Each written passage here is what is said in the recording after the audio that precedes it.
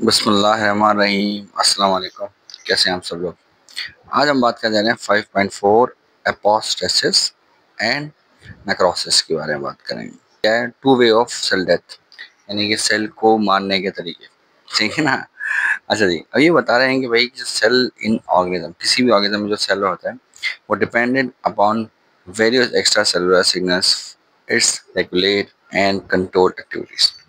अब होता यह है कि हमारी बॉडी में एक सिस्टम चल रहा है, जैसे कि हम मिसाल समझ लें कि इम्यून सिस्टम की बात कर रहे थे। अब इम्यून सिस्टम क्या होता है? इम्यून सिस्टम ये होता है कि आपकी बॉडी के अंदर मुख्तलिफ किस्म के अगर जरासीम या कोई ऐसी फॉरेन पार्टिकल आ जाता है तो वो क्या करता है, उसको किल करने की कोशिश करता है। या अगर कोई ऐसा आपका सेल है जो ख़राब हो गया है और वो आपकी बॉडी के सिस्टम के साथ नहीं चल सकता और चल भी रहा है तो उसमें खराबियां पैदा कर रहा है, तो सिस्टम उसे सिग्नल देता है कि भाई आप जो है ना आप मर जाएं, क्योंकि आप हमारे सिस्टम में खराबियां पैदा कर रहे हैं। ठीक है ना।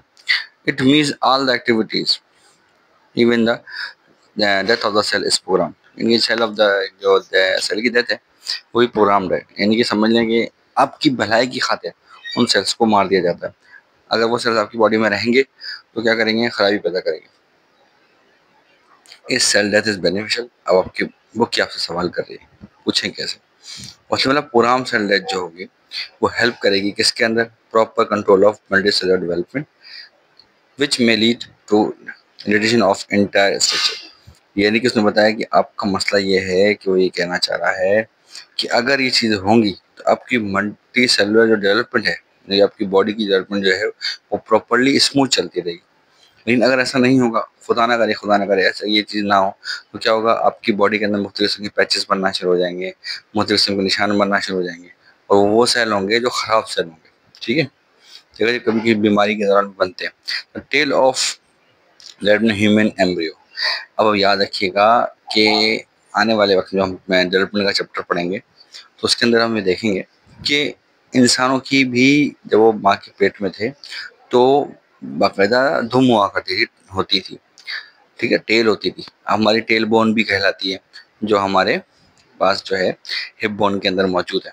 ठीक है, अभी भी मौजूद है। लेकिन वो क्या है कि वो फ्यूज हो गई आपस में। ठीक है। तो उसने उसमें क्या हुआ कि उसमें जो सेल्स को भी क्या किया गया, डिफ्यूज कर दिया गया। अच्छा, some part an organ which is more required like tissues between development digits. अब डिजिट्स का माना उंगलियों की बात हो रही है। अब होता ये है कि हमारे पास जब हम माँ के पेट में होते हैं तब हमारे माँ के पेट के अंदर हमारी उंगलियों के बीच में खाल होती है, जैसे बत्तख के पंजे के अंदर होती है ना बीच में खाल, इस तरह से होती है। ठीक है ना। लेकिन जैसे जब हमारी पैदाइश होती है तो ये हमारी उंगलियां बिल्कुल अलग अलग होती हैं। तो होता ये है कि जब हम पैदा होने वाले होते हैं तो एपोप्टोसिस का प्रोसेस होता है और वो जो खाल है बीच के अंदर वो ख़त्म हो जाती है। यानी कि वो जो सेल्स से बनी हुई खाल थी उसकी, उन सेल्स की डेथ हो गई एपोप्टोसिस के प्रोसेस के ज़रिए और वो ख़त्म हो गया। ठीक है। उसके बाद हम एक और बात करते हैं, two way of cell death in multicellular organism. अब एपोप्टोसिस और सेल्फ डिस्ट्रक्शन। ऑटोफेगी, ऑटोफेगी मतलब होता है अपने आप को ही खा जाना। फेगी मतलब खा जाना और ऑटो मतलब खुद ब खुद या अपने आप को। अब होता ये है कि program change which leads to sequence of psychological changes in cell by which cell commit suicide collectively called apoptosis। इसकी मिसाल मैं आपको देता हूँ। मिसाल तौर पे अब हुआ ये कि भाई आपकी जो सेल है उसके अंदर क्या हुआ, कोई एक जरासीम घुस गया और उस जरासीम के घुसने की वजह से उसने सेल के अंदर जो है ना मुख्तलिफ किस्म की हार्मफुल प्रोटीन को बनाना शुरू कर दिया। अब हुआ ये कि जैसे ही हार्मफुल प्रोटीन बनना शुरू होती है सेल सिग्नल देता है, भाई खुद सिग्नल देता है कि भाई आओ मेरे अंदर कुछ चीज़ जो है ना वो मेरे अंदर प्रॉब्लम क्रिएट कर रही है। ठीक है जी। तो आपका जो इम्यून सिस्टम है वो क्या करेगा, वो आके सेल को पहले जांच करेगा। जब जगह जांच करेगा, जब देखेगा कि भाई अब गुजारा नहीं हो सकता, सेल रिपेयर नहीं हो सकता, तो सेल को सिग्नल देगा और सिग्नल जो देगा वो उस सिग्नल को हम एपोप्टोसिस कहते हैं।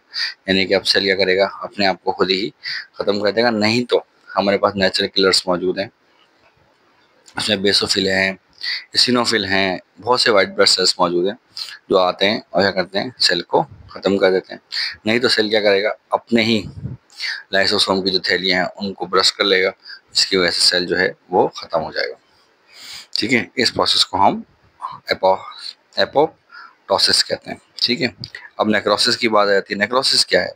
नेक्रोसिस समझने एक ऐसा तरीकाकार है जिसके अंदर कोई इन्फेक्शन हो जाए, या रेडिएशन की वजह से, या किसी ट्यूमर की वजह से, या कैंसर की वजह से क्या होता है, आपके सेल जो है वो मरने लग जाते हैं।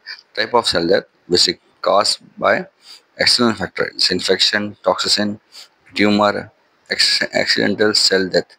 से साथ में किसी ने कोई बहुत जोर से डंडा मार दिया आपको, या आपकी टक्कर किसी से हो गई, तो वो जगह आप देखो रेड हो जाएगी, फिर उसके बाद काली हो जाएगी। तो होता ये है कि वो सेल वहाँ से मर जाते हैं। ठीक है ना, फिर उसके बाद रिपेयर होते हैं, वो सेल खत्म हो जाते हैं, और उसके बाद फिर नए सेल आ जाते हैं। या कभी कभी ऐसा होता है कि कोई बहुत ही ऐसी बीमारी की वजह से, टॉक्सिन की वजह से आपकी बॉडी के अंदर सेल जो हैं वो मरना शुरू हो जाते हैं। ठीक है, तो उस प्रोसेस को हम नेक्रोसिस कहते हैं।